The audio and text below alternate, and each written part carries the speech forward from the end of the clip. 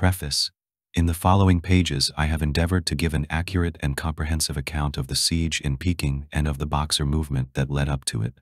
Authentic details furnished by representatives of those legations whose work has been specially mentioned have made possible a greater detail in those cases. I regret that others who had promised me accounts of their work have failed to furnish the promised material.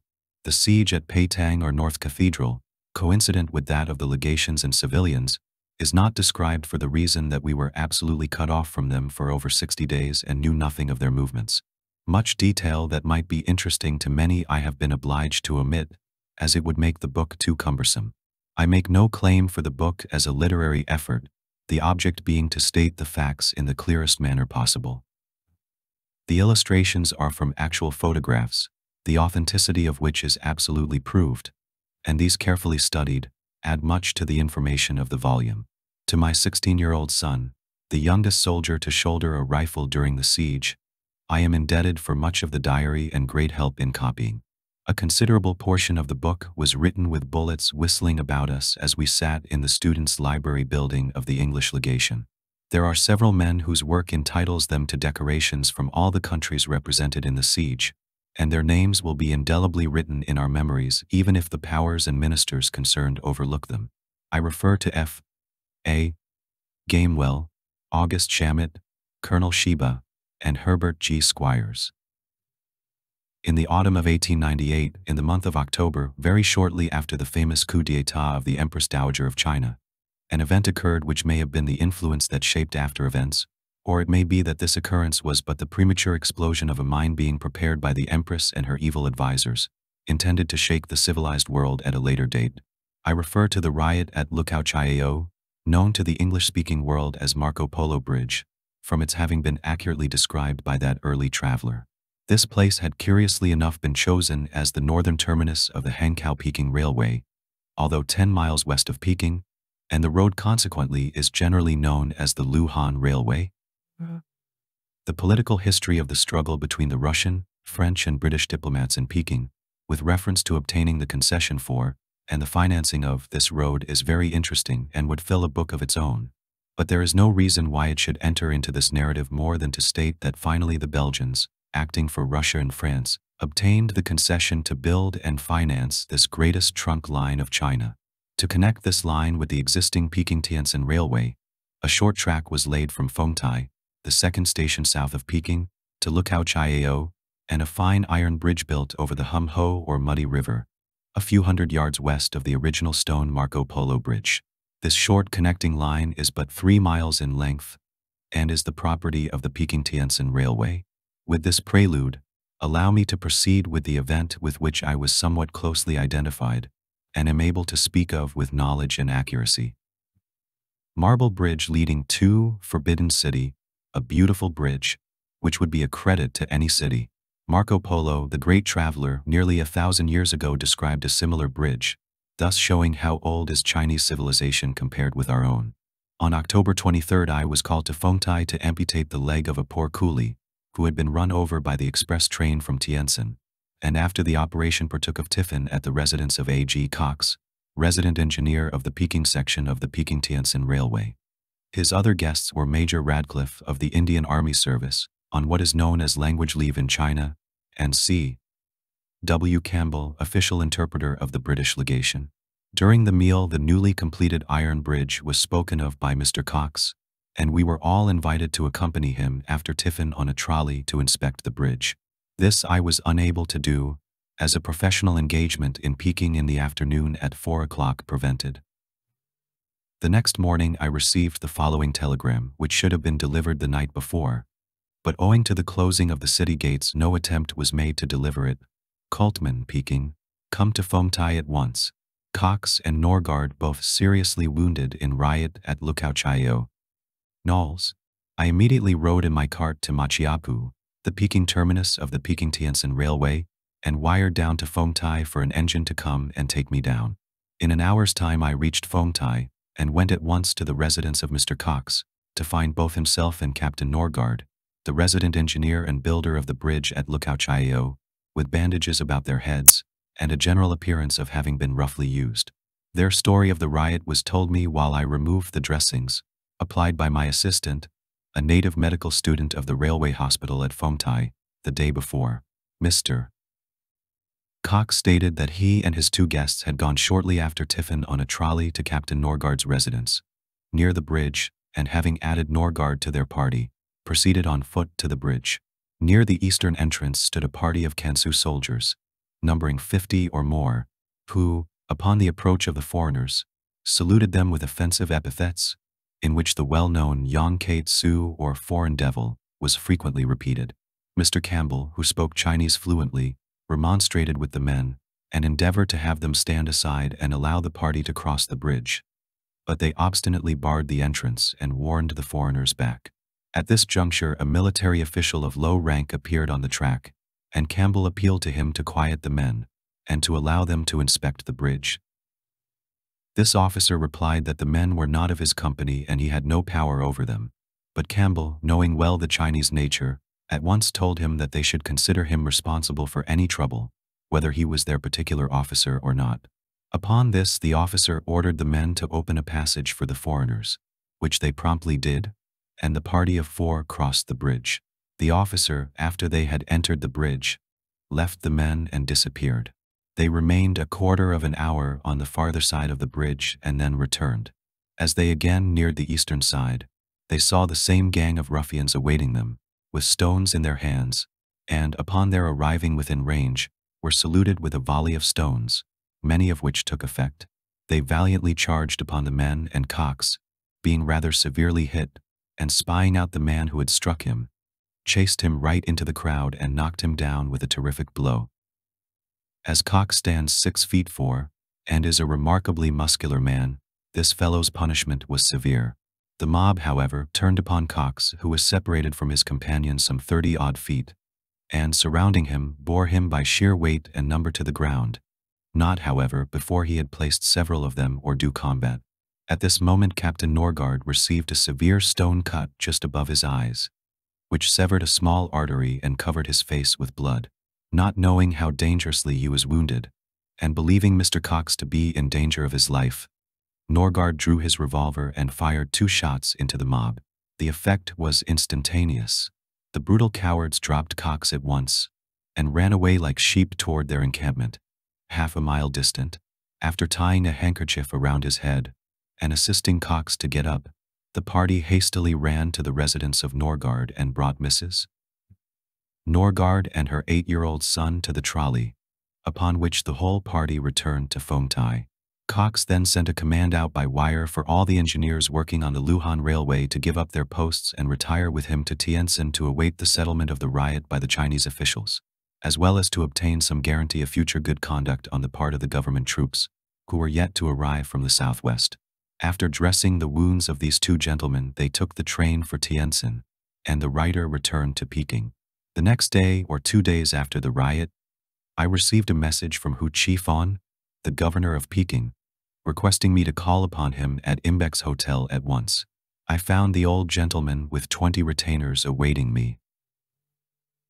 He stated that he had been appointed a special commissioner by the Empress Dowager to proceed to Lookout Chiao and investigate the circumstances connected with the riot 2 days previously, as well as to inquire minutely into the condition of 2 wounded soldiers reported by their officers to have been wantonly shot and dangerously hurt by Captain Norgard. He desired me to accompany him into the camp and examine the wounds as an expert, so that he could make a proper report to the Empress. I confess I did not much care to go alone into the camp of the famous Kansu, haters of foreign, but I was under many obligations to Governor Hu, and wanted to oblige him. Besides, there was a spice of adventure about the undertaking that was pleasant to a correspondent. I preferred to go armed, however, as, although knowing a revolver would be of no use in a hostile camp for offensive warfare, yet if Governor Hu remained with me, I reasoned, I could by placing a revolver to his head and holding him hostage prevent any harm to myself, believing as I did that the Emperor's special commissioner's person would be sacred in the eyes of her generals. The sequel proved how false this belief was, and that before many hours. So I requested permission to return home for a moment to obtain a small instrument I might need, as well as to inform my wife of my leaving the city, that she might not be anxious if I did not return until after dark. Main Street of Peking from the city wall. This shows the Main Street of Peking, its Market Street, as Philadelphians might say, or its Strand, from the English point of view. Although a main street, it is scarcely better than a country road, and busy trading seems to be going on in the foreground in the open air. Here and there a sign indicates that business is conducted within, and that unavoidable feature of a Chinese city, the open pool of stagnant water, is in evidence. Governor who replied that I could get whatever instrument I needed at the railway hospital at Fengtai, and that he would send one of his retainers with a message to my wife. I insisted, however, that a return home was imperative, and that I would rejoin him in half an hour, whereupon he decided to order tiffin in the meantime and told me to hurry back, take tiffin with him at the hotel, and we would then proceed to Machiapu, where a special train would be waiting for us. I hastened home. Wesson 6-shooter, and after a good tiffin with Governor who rode in a springless cart to Machiapu, entrained, and was speedily at the station at Lookout Chayo. Upon our alighting from the cars we were met by a sub-official from the camps, and were accompanied by him and about 20 Kansu soldiers to the entrance to the railroad bridge, the site of the riot 2 days before. Here who ordered the bridge watchman to be brought before him, and he interrogated them as to the occurrences described by Cox and Norgard. The 2 watchmen's stories were the exact counterpart of the 2 foreigners. They agreed in every particular, and placed the whole blame on the Kansu soldiers. I was surprised at the fearless testimony of these 2 poor watchmen, one of whom was afterward murdered by the soldiers for testifying against them, who now walked to an inn in the village of Loku, and told the sub-official to order the general and colonels of all the regiments quartered nearby to appear before him at once, as he would hold an investigation by order of the Empress. He and I drank tea until they arrived. The first, a General Chang, appeared in about 15 minutes. We knew someone of importance was coming by the hubbub in the courtyard, the murmur of voices, and the sound of horses' moving feet. Then a soldier appeared in the doorway and announced, "General Chang, of the Kansu cavalry, has arrived." "Ching," replied Hu, and immediately there stood before us as ferocious-looking a ruffian as the world could well produce. A tall, weather-beaten man, 50 years of age or more, with rather heavy, for a Chinaman, yet black mustaches, and a more than ordinarily prominent nose. Dressed in a dark blue gown, satin high-top boots, official hat with premier button and peacock feather, held at right angles from the rear of his button by an expensive piece of jade. His eyes were deep-set and small, and the whole expression of his face was ferocious and cruel. He only slightly inclined his head to Hu, took no notice of me, and, ignoring Chinese ceremony, proceeded at once to the highest seat in the little room, and seated himself in the intensely stiff attitude of the god of war one usually sees in a Chinese temple, who seemed completely taken aback at this insolence, and allowed the ruffian to remain in the seat of honor throughout the interview. Before Hu had become acquainted, by his polite questions, with the age, rank, and province of his haughty guest, for other military officers of the rank of colonel and lieutenant colonel had arrived, namely Chow Ma Wang and Hung. Finding their general in the head seat, and noting his imperious bearing, they took their cue from him and maintained throughout the interview the most lofty manner, and treated Hu more like a subordinate than a civil officer of the premier rank and a special high commissioner of Her Majesty the Empress Dowager. After a few mouthfuls of tea, Hu informed them in most polite and bland terms that as he was Director General of Imperial Railways, as well as Governor of the Metropolitan Prefecture of Shuntianfu, Her August Majesty, the Empress Dowager, etc., etc., etc., had appointed him to visit the general and officers of the Kansu regiments in camp at this place, to inquire into the circumstances of the late riot. He stated also that he came gladly because he felt that, by careful inquiry into the circumstances, it could doubtless be proved that the soldiers had acted in a rowdy manner without the knowledge and consent of their officers, and that by a well-worded report the latter would escape all blame, and the matter could be settled to the satisfaction of all, especially as no lives had been lost or imperial property destroyed.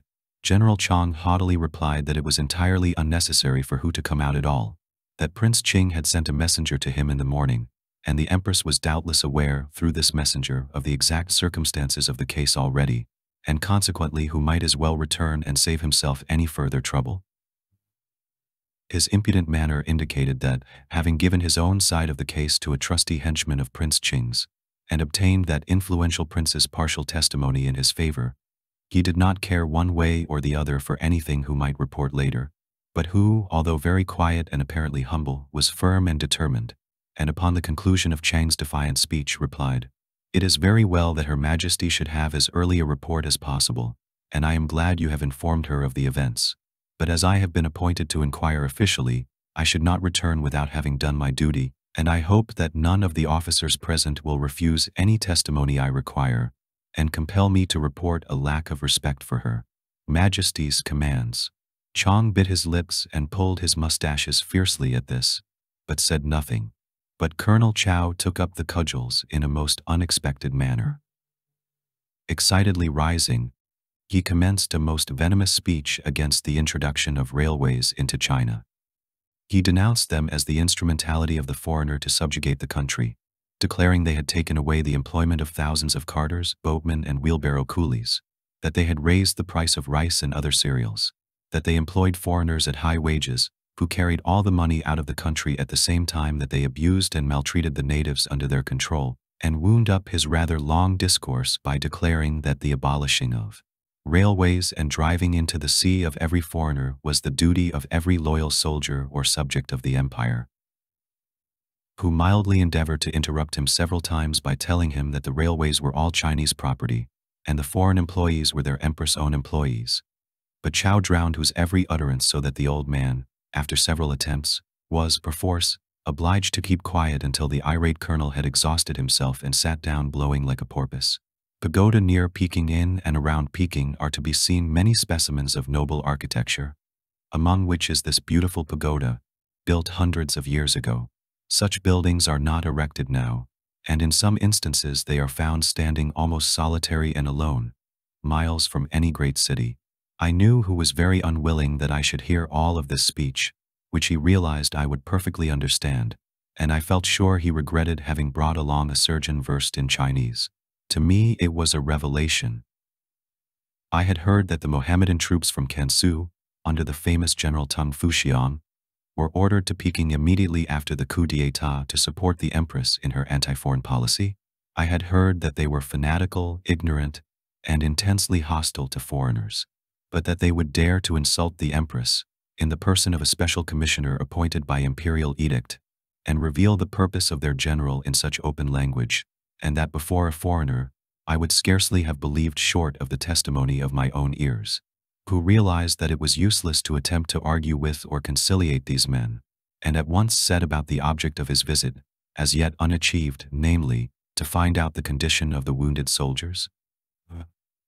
So, upon Colonel Chow's finishing his diatribe, he politely turned to General Chang, without further noticing the enraged colonel, and said, "I have been told 2 of your men have been wounded by one of the foreign engineers, and as I have a very skillful surgeon in my employ, who attends to all the people who are injured on the railway, I have brought him along to examine your men, and if you will permit him, I am sure he can heal them."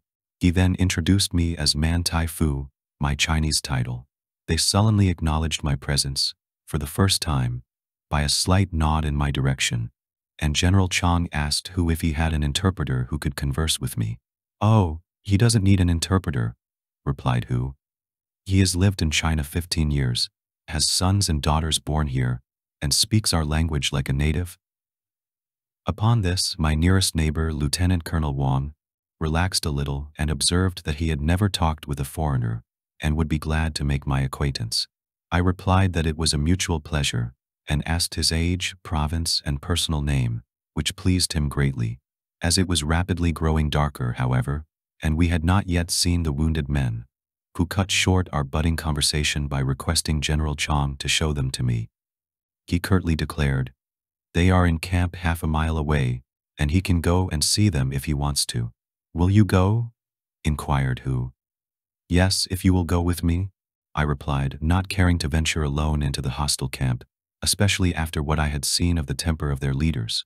But I added, "I think it would be much better to have them brought here." "Yes, yes, that is better," said Hu. But General Chang interrupted him by saying, "Impossible, they are too ill to be moved, and on this cold day would surely take cold and die." "Have them well wrapped up and brought quickly," said Hu without paying attention to the interruption. for it is getting late, and although I have ordered the city gates not to close until our return to Peking, I am anxious to avoid keeping them open any later than necessary." General Chang then strode across the room to the door opening into the court, where upwards of 300 of his men were standing packed like sardines, listening to everything we had been saying, as Chinese custom is, and shouted out, "Bring the 2 wounded men in here." Now all of the men had seen Governor Hu snubbed, had heard Colonel Chao revile him and his railroads, and had heard their general say the men would die if brought out in the cold.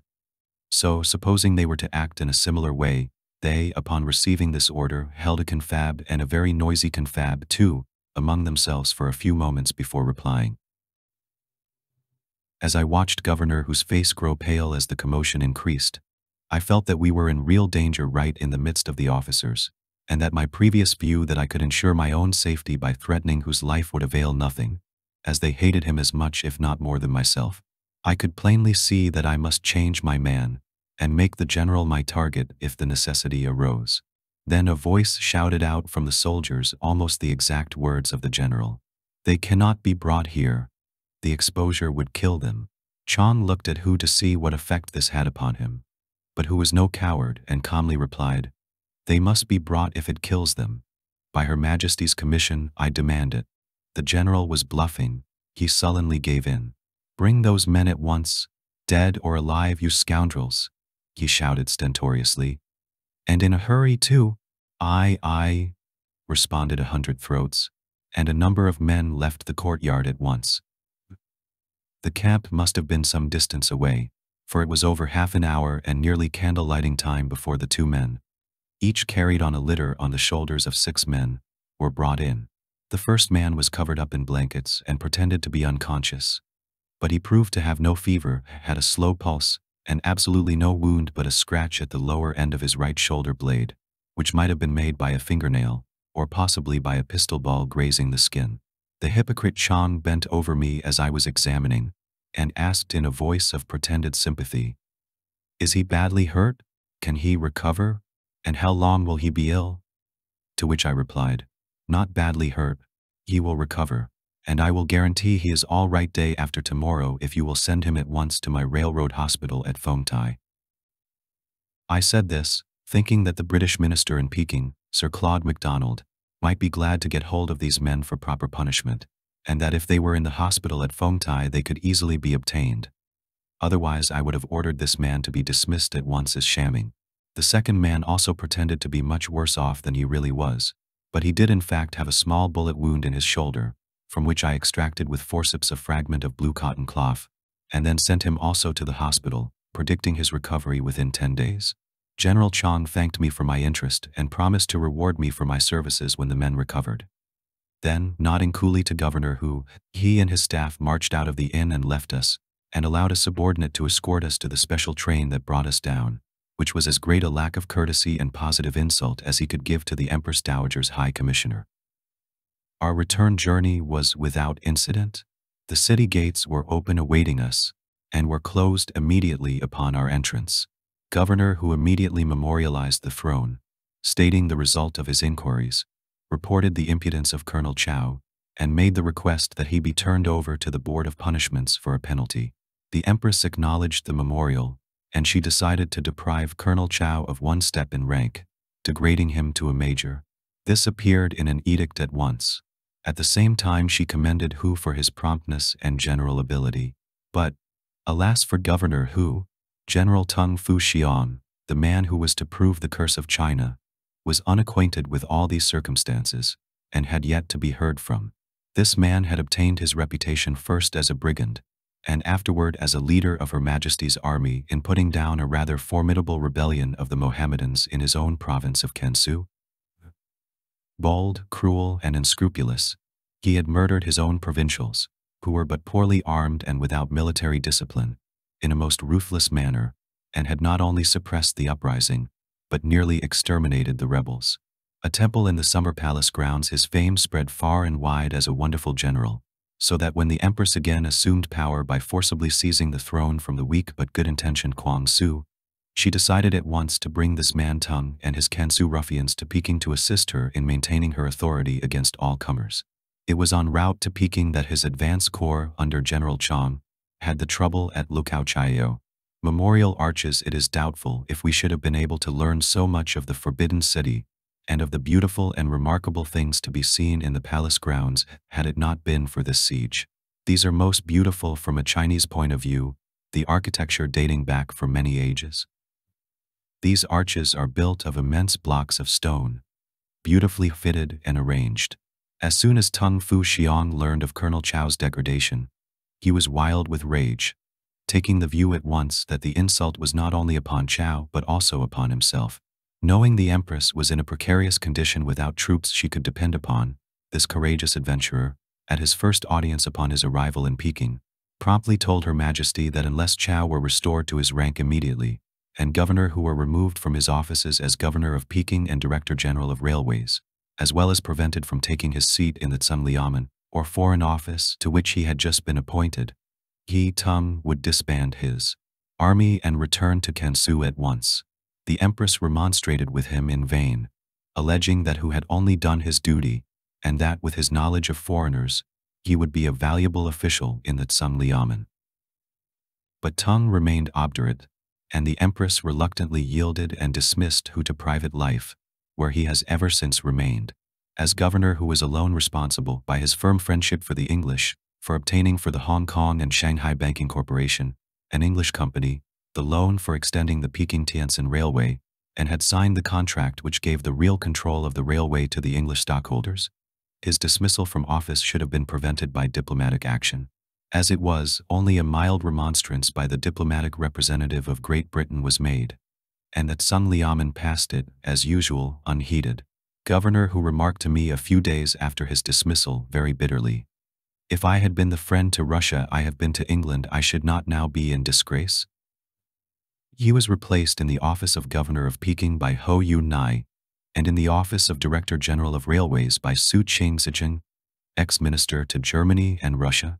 The first of these officials was a well-known hater of foreigners, who was suggested by General Tung.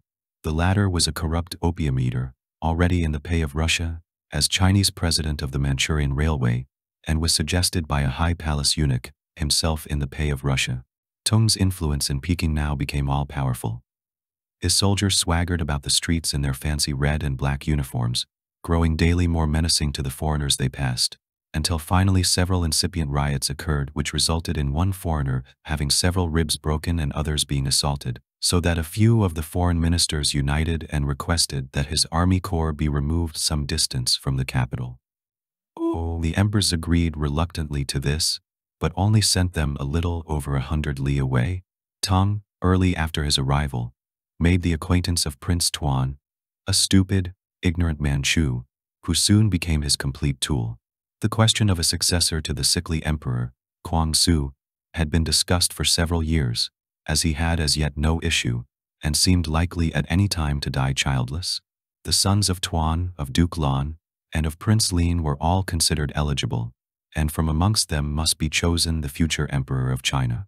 Tung saw that Tuan would become his tool much more completely than either of the others, and proposed an alliance between Tuan's son and a daughter of his own, agreeing to support the younger Tuan's candidacy for the throne, with his whole army if necessary to accomplish the purpose. Tuan agreed to this, but stated the succession must be made without its being known that he was under obligations to favor Tung's daughter, but that when an apparently open competition for selection of an empress was made, and the various eligible damsels appeared at the court, Tung's daughter should arrive from Kansu in time and be the favored recipient. On this understanding everything became smooth sailing, and the consummation of their plans, as far as Tuan's interest was concerned, occurred, when in solemn conclave of all the princes of the blood and great ministers of state, on January 24, 1900, Pu Chun, son of Prince Tuan, was solemnly named as successor to the previous emperor, Tung Chi, and poor sickly little Kwang Su was succeeded without a successor to himself, but a successor to his uncle being appointed, which, by imperial edict, makes him an interloper. Chinese statesmen, a group of Chinese officials of the highest class, in Peking previous to the siege. This was a nice piece of vengeance the Empress Dowager worked out, partly to avenge herself on her nephew for his unsuccessful attempt to shelve her and run his government himself. Tung's intensely anti-foreign sentiments soon made him many friends at court, among the oldest and most conservative Manchus, as well as some of the Chinese. But it was among the former that his influence was greatest. Many of these men, stupid in the extreme, and too cowardly themselves ever to have originated any of the designs that have since been worked out, joyfully fell in with the plans inspired by his ambition for his own success, but always put forward as for the salvation of his country. Su Ting, Kan Yi, Qi Shen, Si Chung Qi, Si Chung Li, Na Tang, and Li Pinghan became his warmest friends and admirers, and formed a cabal which soon controlled the entire administration of government.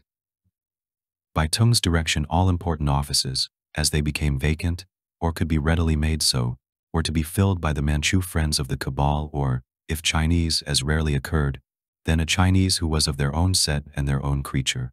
This gave them a powerful patronage under their disposal in the lucrative taoiseeships and other posts formerly more or less evenly divided between Manchu and Chinese, but now almost entirely limited to Manchus.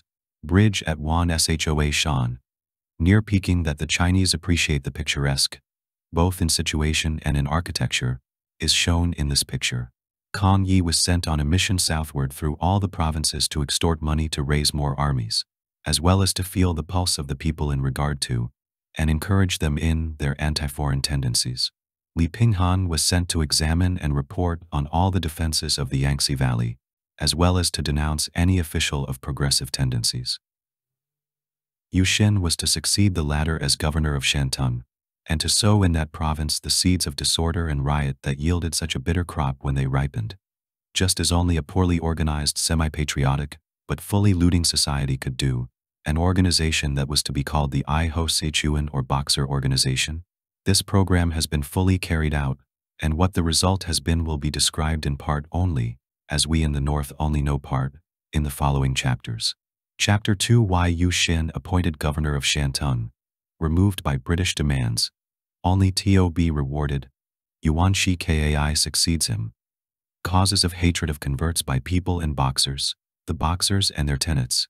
The Empress consults astrologers. Hsu Qing Chang, ex-minister to Germany, member of Tsang Liamen, beheaded August 9th, for favoring peace.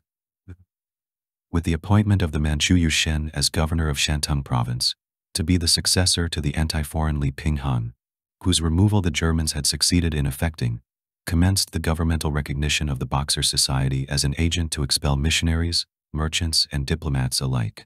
This man, whose hatred of foreigners exceeded that of his predecessor, was no sooner in office than he caused the literati all over the province to revive among the masses the great sword and boxer organizations, which had been a bit shaken by the removal of their encourager, Li Pinghan. The foreign residents of Shantung, who had hoped the new government would be an improvement over the old, soon found they were worse off than before. The native Christians were persecuted most bitterly by their heathen neighbors, and their complaints at the Yamens treated with disdain. Yu Shen did his work thoroughly and rapidly, knowing the foreign power which had compelled the removal of Li Pinghan would also cause his removal.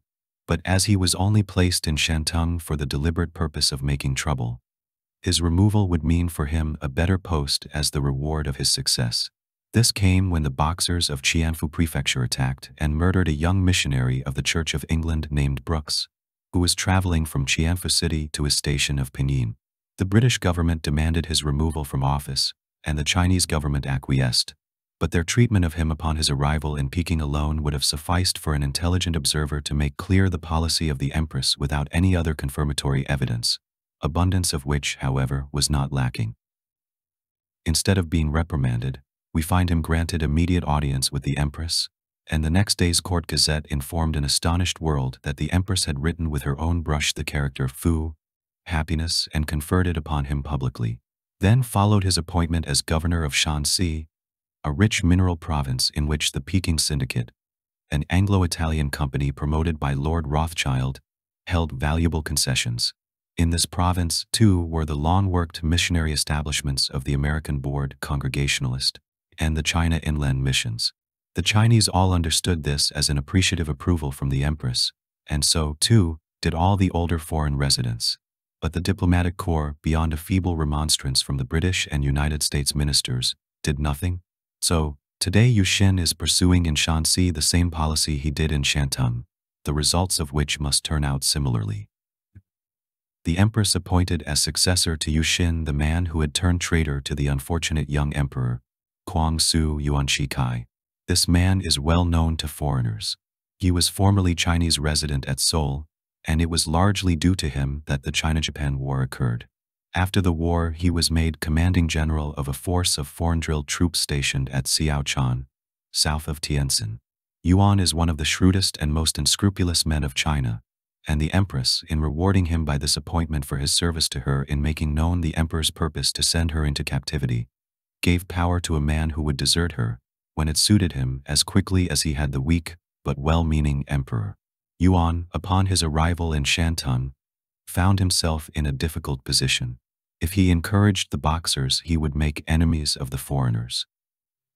If he was severe with the Boxers, he would be removed by the empress, influenced as she was by General Tung Fuxiang and his cabal. Being a man of great wealth and having a perfect knowledge of the situation, he steered a course that would obviate his striking on either rock. He subscribed to the Boxer organizations where they obeyed him, and punished them where they were refractory, and soon had Shantung, which was in a ferment when he took charge, fairly well in hand. He gave it to be understood that they would, in time, be able to exterminate foreigners, but they must patiently drill and practice gymnastics until such time as he considered that they had reached perfection, and must not on any account injure a foreigner too early, as it would bring down trouble before the government was prepared to meet it. At the same time, he allowed them to pillage and murder the native Christians freely, well knowing this would please the court, and would not be actively taken up by the foreign powers as an infringement of treaty rights, which it certainly was. Evidently his idea was, too, that Tung Fuxiang's plan to drive out and exterminate all foreigners was an entirely impossible one, and that if he could keep his province from committing any overt act that would lead to a foreign war, for a year's time the Chile authorities, all the Manchus, and Tung Fuxiang himself would have brought on the war and ruined themselves, while he, Yuan, would then have a chance to cut loose from the conservatives and come to the front in the new regime, which must come as a reformer. That he will do this, I fearlessly prophesy. The Boxer organization was not started by Tung Fuxiang, but was, by his advice, given imperial sanction and infused with new life and activity. A similar organization, known in olden times in China under the same name, was a volunteer militia for national defense. The recent revival has not only been for defense, but to exterminate the Christian religion and the people who brought it. A Mongolian Lama great learning is possessed, according to the Chinese standard, by these priests. The young student or candidate on the left is receiving instruction that the Chinese people have much to complain of from the aggressive attitude of many native Christians, and particularly the Roman Catholic Christians, no sane man will deny. For years it has been the practice of the priests and of many of the Protestant missionaries to assist their converts in lawsuits against the heathens, and to exert an unjust influence in their behalf. To get even with an enemy, it is only necessary for a convert to tell his priest or pastor that he has been persecuted in some way for his religious belief, to induce the missionary to take up the cudgel in his defense. I have heard heathen Chinese often assert that these men, converts, appear good enough to their priests, who see very little of their ordinary behavior, but behind the Father's back they are overbearing and malicious to all their neighbors, who hate them because they fear them. After years of residence in China, I have come to the conclusion that it has been a mistake of the powers to insert in their treaties provisions making the preaching of Christianity a treaty right, in spite of Chinese objection. Nearly all of the riots in China have come from attempts to force the Chinese officials to stamp deeds conveying property to missionaries for residences or chapels. The animosity incurred in forcing a missionary establishment upon an interior city, town, or village is not obliterated in a lifetime. It may be barely tolerated in time of peace, only to be demolished when the country is disturbed. This applies to the China that has been barbarian, uncivilized China. Should the reformers come into power and religious toleration be granted as the result of civilization, then there would be no reason why the missionaries should not work in the more remote parts of the empire. But China, as it has been and is, would be much more peaceful for all concerned if the proselyting work was carried on only in the treaty ports. I don't expect any of the missionary body to agree to this statement, but doubtless many of their supporters, thinking people who will take the trouble to reason it out, will believe it, supported as it is by the testimony of all the residents of China acquainted with the problem. There are many reasons for the Chinaman's hatred of the foreigners, but his religion is the chief one. In the late riots, the railways have been attacked and destroyed, but that came only after a half-year successful campaign against the converts had led them to want to root out the people who brought both the religion and the railways. While I am a Christian myself and would gladly see China a Christian nation, I cannot help seeing that the policy which has been pursued in forcing Christianity upon the Chinese, in the aggressive manner we have, practically at the point of the sword, has not been a success, and has given to such men as Tung Fu Xiong a powerful argument with which to persuade his ignorant followers to exterminate alike the foreigner and his converts. Individual examination rooms for civil service degrees. A remarkable feature of Chinese social and political customs is the method of selection for public office. The candidates for examination are installed in the little rooms or houses shown in this picture. A supply of water is placed in the large jars at the entrance, and the candidate is expected, regardless of the pangs of hunger, to remain constantly in this little room until he shall have passed this examination, which sometimes lasts 2 or 3 days. The boxers are principally of 2 sorts, the ignorant villager and the city loafer or vagabond. The first easily becomes a fanatical enthusiast. The latter has joined simply to obtain loot. When it became an assured fact that the emperor sanctioned the movement, the ranks were rapidly filled, because rewards and preferment were held out as inducements to serve, and the majority of China's population, being poverty-stricken in the extreme, would join any movement that promised an increased income. The boxer headquarters was the palace of Prince Tuan in Peking.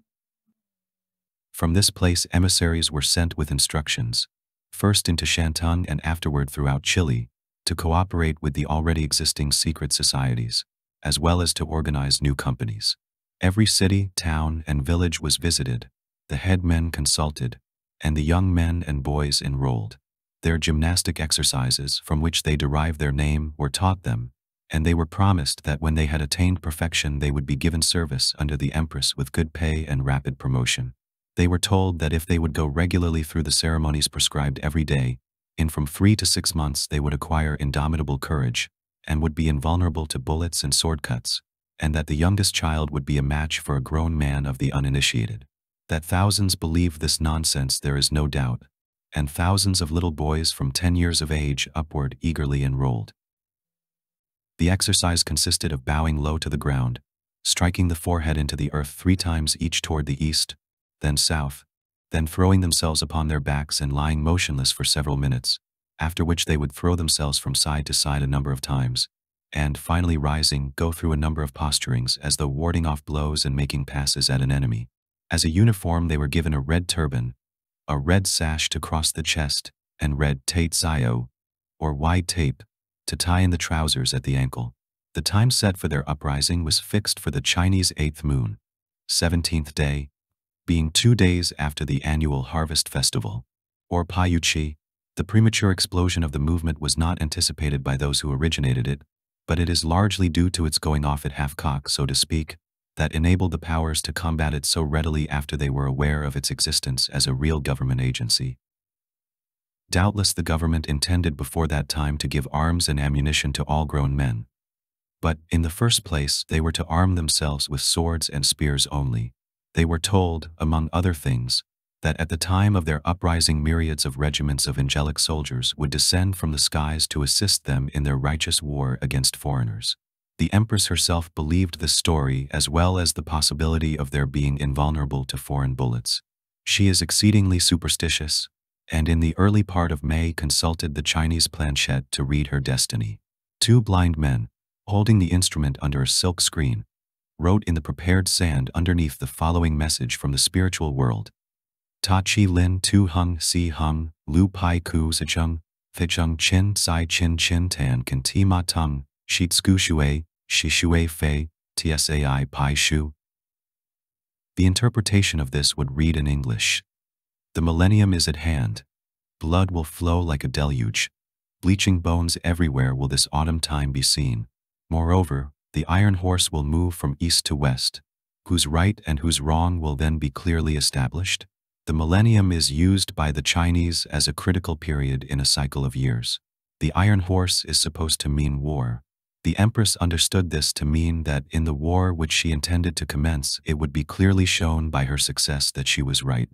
A group of prominent Chinese officials. These men are connected with the Tsang Liamen. The Boxers, however, completely spoiled all her plans by their eagerness to obtain loot. Being promised the spoil of the foreigners after the contemplated uprising in the 8th moon, they regarded the property of the Christians and their teachers as already mortgaged to them, and, fearful lest the government troops would acquire some of it, they commenced the campaign themselves before the appointed time. How the government at first made feeble efforts to restrain them, and afterward completely gave in and joined with them is now a matter of history. The monumental idiocy of the idea that China could successfully defy the whole civilized world was only possible to such brains as those possessed by the densely ignorant Manchus who surrounded the Empress as her cabinet. Several of the Tsang Liamen ministers, like Prince Qing and Liao Shouhun, weakly tried to reason them out of it, and were promptly given back seats. Of the others remaining in the Tsang Liamen after their retirement, none dared say anything against the movement for fear they also would be shelved. But as they were not strong enough to please the Empress in her final dealings with the foreigners, she, a few days before the commencement of the siege, appointed Prince Tuan as head of the Yamen, in place of Prince Qing, and at the same time appointed 2 fire-eating foreign haters, Qi Shui and Na Tung, to seats in that obstructive body. These men, with Tung Fuxiong and the cabinet, must be held responsible for the murders of Baron von Ketteler, F. Hubert E. James, David Oliphant, H. Warren, Ed Wagner, and the other civilians and guards killed during the siege, as well as for many missionaries in the province that have doubtless perished, but of whose fate we, being besieged, had no certain knowledge. That the powers, in the settlement of their crimes, will treat them as murderers as they are, we can scarcely doubt, and we hope none of them in any way implicated will be allowed to escape capital punishment. Chapter 3 Cables to America describing growth of Boxer movement from January to June. 1900 Chung Li Manchu Boxer chief. The murder of the Church of England missionary Brooks, in Shenanfu Prefecture, Shantung Province, by the Boxers, was the beginning of the explosion. On January 4, 1900, I cabled home the occurrence of the murder. On January 5 I cabled that the Americans in Tianfu, 2 days' journey by cart south of the scene of the murder, were in danger, and that the United States minister had requested that they be protected. Also that the Empress Dowager had expressed to Sir Claude MacDonald, through the Tsang Liamen, her horror at the deed, and from thenceforth, under the respective dates given below, I sent cables recording the Boxer progress. January 13th. Christians in Shantung are being constantly pillaged by marauding parties of Boxers. The Tianfu district is especially dangerous, as the prefect will not allow them to be interfered with. Dr. Smith of Pengchuang in northern Shantung has also written and telegraphed the United States legation that matters in his district are in the same condition. Christians murdered, chapels burned and looted, and no redress obtainable from the officials. January 15th. An imperial edict was issued yesterday which really commends the Boxers, and is sure to cause trouble. Upon Baron von Ketteler representing this to the Tsang Liamen, he was given no satisfactory answer to account for it. January 24th. Boxer movement is rapidly spreading, and the situation fills many with alarm. Prince Tuan's son has been chosen as the successor to the emperor, which is an unfavorable omen. January 25th. An edict has been promulgated apparently from the emperor, but really from the Empress Dowager, stating that, because of his childless condition and infirm health, he has decided for the good of the state to appoint Pu Chun, son of Prince Tuan, as his successor. February 5th. Although the Boxer movement continues to increase in the northern provinces, Peking remains quiet. February 10th. The anti-foreign crusade is proceeding apace. Yonglu, Su Tung and Kang Yi have assumed great power, and are constantly with the Empress. The Boer successes in the Transvaal are being used to show the masses that a very little country can defy a big government if only the hearts of the people are in the struggle. British prestige here declining rapidly as a consequence. A Boxer mob has attacked the Germans building the railway in Shantung, and driven the foreigners away from their work. As Baron von Ketteler insists upon their going on with the work, the Tsang Liamen finds it difficult to please both the throne and the foreigners. February 12th. A letter received from a Presbyterian missionary in Shenanfu states that over 70 families of Christians have been mobbed and looted in his district, and that they can obtain no redress from the local officials. and that the Boxers, knowing this, are rapidly increasing and growing bolder. February 15th. Imperial edict orders the suspension of any native papers showing reform tendency, and the editors to be imprisoned. February 19th. The annual audience with the foreign ministers took place with most scant ceremony and in a shabby apartment. This was done with the direct purpose of insulting them, but none remonstrated. February 23rd. A French priest from Tientsin informs me that all that district is pervaded by the Boxers, who openly avow they are drilling to come to Peking and drive out and exterminate all foreigners. February 25th. Several thousand armed Boxers have possession of the German railway building at Kaomi and Shantung, and state their purpose is to drive out the foreigner. February 28th. Yuan Shikai, governor of Shantung, has sent a private messenger, an ex-drill master in his army corps, to Baron von Ketteler, the German minister, to say he will disperse the Boxers at Kaomi and restore quiet. March 14th. The man who obtained for the British syndicate the concession known as the Peking Syndicate's Shanxi concessions to mine and build railways, was arrested for assisting foreigners to obtain concessions in China. Upon Sir Claude MacDonald's demanding his release, the Empress promptly sentenced him to imprisonment for life. This will deter others from helping foreigners in any capacity. March 15th. United States Minister Conger, having protested against the Empress using Yu Shen, ex-governor of Shantung, in any province where American interests are great, is greatly displeased to learn today that, so far from heeding, the Empress has actually appointed him governor of Shanxi, in which are not only a number of American missionary stations, but the interests of the Peking Syndicate. Ancient astronomical instruments, these peculiar instruments, which are of great astronomical merit, were made during the reign of Kublai Khan, a. d. 1264, and a special interest attaches to this illustration, on account of the attempt of the Germans to remove these instruments to Berlin, and the protest made against it by General Chaffee of the U.S. Army. The engraving shows the instruments just as they were used for hundreds of years, before they were taken apart for removal to Europe. April 24th. Boxers aggregating nearly 10,000 have collected in one place near Paodingfu, and are very disorderly. The outlook is very threatening, not only there but at Tungchao, 13 miles south of Peking, and at Sunhua, to the east of Peking. At all these places there are large American missionary stations. May 17th. Boxer movement has now assumed definite shape and alarming proportions. They have destroyed several Catholic villages east of Paodingfu, and are moving on the property of the American Board's mission at Chuchao at Kungtsun. They have also looted the London mission's premises, and killed several Christians. Boxers are now daily to be seen practicing in Peking and the suburbs. Situation is growing serious here. May 18th. I have been warned by one of the princes that I should take my family from Peking, as he states his own elder brother is a boxer, and that foreigners are no longer safe in Peking. Have fully informed the United States minister of the situation, but he believes the official promises that all is well. May 21st. Foreign ministers have held a meeting and discussed question of bringing legation guards to Peking. The French minister favored this, but Conger opposed, stating he believed the government resolutely means to suppress the Boxers. No action was taken, it being decided to await further developments. May 24th. That Sun Liamen has not yet replied to the joint note sent them by the foreign ministers 4 days ago, requesting that the Boxers be dealt with summarily. Unless an immediate and vigorous foreign pressure is applied, a general uprising is sure. May 25th. General Yang was killed at Tingxing, Xin, near Paodingfu, either by his own soldiers or the Boxers. The soldiers then joined the Boxers. May 26th. That Sun Liamen has sent a vague and temporizing reply to the foreign minister's demand requiring the suppression of the Boxers. They are now regularly enrolled at the residences of several of the princes in this city. May 28th a.m.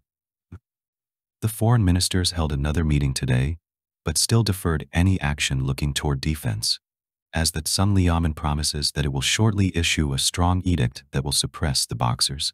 Pishan distrusts the Chinese promises and again advocates strong legation guards. May 28th. For 10 p.m. Boxers have burned the bridge and destroyed the track at Liuliho, 45 miles west of Peking, on the Luhan Railway, and are advancing toward Marco Polo Bridge, 12 miles from here. The foreigners employed on the railway have all fled. The Tientsin train is overdue, and our communication with the coast threatened. The legations are just beginning to wake up to the fact that the Boxer movement is a perilous one. Famous Arch of the Ming Tombs, a celebrated traveler, has said that it was worth encircling the earth to see this beautiful piece of architecture. Were it in the middle of Paris or New York, it would arouse great admiration and wonder. But situated as it is in the midst of a wild and barren landscape, with huge mountains for a background, and representing as it does, the burial place of a mighty dynasty that for ages ruled a stupendous nation, it fills the beholder not only with wonder and admiration, but with awe. May 29th. At last it has come to our very door. Not only Liuliho and Changxintian on the Luhan Railroad have been destroyed, but the junction at Fengtai, only 6 miles from here, has been attacked, looted and burned, and all the foreign employees have fled to Tientsin. The foreign ministers now want guards badly, but as it is not yet known whether the railroad is torn up at Fengtai, there is no certainty of getting them quickly. The fate of a large party of French and Belgian women and children, known to reside at Changxintian, is not known. Legation Street is crowded with villainous-looking ruffians congregating to loot if opportunity offers. Until troops arrive, the situation is precarious. May 30th. The Sun Liamen has requested the foreign ministers not to bring troops, assuring them they are not necessary. But the situation here has at last impressed them, and they have disregarded the Yamen and ordered up guards at once. The populace are quite excited, and only need a slight cause to break out. May 30th. PM Viceroy of Chile has forbidden guards taking train at Tientsin. 15 warships are reported at Taku. May 31st. Viceroy of Chile has been ordered by the Yamen to allow guards to take train for Peking, but requested ministers to bring only small guards as last year. Troops have arrived. June 1st. Populace seems cowed and sullen. Riots in the city may now be prevented, but the problem of dealing with the movement is one requiring active diplomatic effort. June 2nd. Station buildings south of Podingfu on the Luhan Railway have been burned, and railroad destroyed. Party of 30 Belgians, including women and children, attempted to escape to Tientsin, and were attacked by Boxers. Several known to be killed. Fate of remainder unknown. Said to be surrounded when their native interpreter left to obtain help. Native Christians of the American Board's mission at Chuchao and the American Presbyterian mission at Quanshan are pouring steadily into Peking to escape murder at the hands of the Boxers. All their houses have been looted and burned. June 2nd, 8 p.m. Serious dissension among Chinese ministers. Prince Qing favoring moderation and suppression of the Boxers. He is said to be secretly supported in this by Yonglu and the Sun Liamen. Prince Tuan, supported by Su Tung, Kan Yi, and other intensely anti-foreign ministers, is favoring the Boxer movement. A crisis is imminent. June 3rd. Church of England missionaries Robinson and Norman killed at Yongqing by Boxers, and their chapels looted and burned. Boxers now have entire control of country from Tientsin to Podingfu, and thence northeastward to Peking. Native troops make no effort to suppress them. All religious and missionary work in North China is ended unless treaty powers compel observance of treaty provisions, and demand indemnities for each and every infringement. June 4th. Native converts from the west of Peking report that many thousand Boxers are assembling at Chuchao preparing to attack the foreigners and converts in Peking. The missionaries are convinced of the truth of this, and have informed their legations, who will not believe it. Dr. Taylor of the American Presbyterian Mission at Podingfu telegraphed to the American minister, "We are safe at present, but prospects threatening. Chinese litter, a typical method of Chinese conveyance." The litter is supported by poles to the backs of 2 animals, one in front, the other behind. In it, the traveler can make himself comfortable. Beyond are the massive tombs of the Ming dynasty, the famous arches of which are shown elsewhere. June 4th, afternoon. Morning train arrived from Tientsin 4 hours late, owing to burning of bridge and destruction of station building at Huangsun by Boxers. Noon train now overdue, and, as the telegraph wires have been cut, is unheard from. Unless foreign troops are immediately placed to guard the railway, we shall be cut off from help by way of the sea. June 5th. The American missionaries in Peking have been attacked and have wired for help. The Tsang Liamen, when appealed to by United States minister, said it would telegraph the local officials to do so, but unless a relief party rescues them speedily, their fate is certain death. June 5th, p.m. American Methodist Mission at Sunhua, with 12 children and 4 women, are beset and have wired for help. Trains from Tientsin have ceased to arrive. We are sending a courier overland with mails. June 6th. United States Consul at Tientsin has wired the minister here that the Tientsin native city is in great excitement, and the situation is very serious. He advised that no women or children attempt to enter Tientsin from Peking, as they could not get through. Fate of Peking missionaries unknown, as we can get no telegrams through. June 6th, p.m. United States Consul wires from Tientsin that the situation there is growing steadily worse. An attack is imminent. Here in Peking we are all collecting in the legations, but have insufficient arms and ammunition. Nevertheless, we will make a determined stand. June 7th. I have overwhelming evidence that government officials are the real causes of the Boxer movement, acting under the direction of the Empress. Therefore, that Tsang Liamen and cabinet are supporting this movement, which is intended to exterminate all foreigners and Christian converts. The senile cabinet has persuaded the Empress this is possible, and they are quite willing to face the inevitable foreign war that their policy entails. The imbecility of this idea does not in any way interfere with the facts. The foreign powers should all prepare for war at once, or entrust the work to those powers nearest and best fitted to successfully undertake it. The sooner this is done, the less will be the loss of life and property. The Tsang Liamen yesterday promised Sir Claude MacDonald, through the secretary of Prince Ching, that if the foreign ministers would not press for a personal audience with the Empress, as they intended doing, Prince Ching would guarantee the restoration of the interrupted railway in 2 days, and a general amelioration of the condition of affairs. Another useless edict was put out today mildly enjoining officials to distinguish between good and bad Boxers, and punish only the bad. June 7th, p.m. 20 converts have been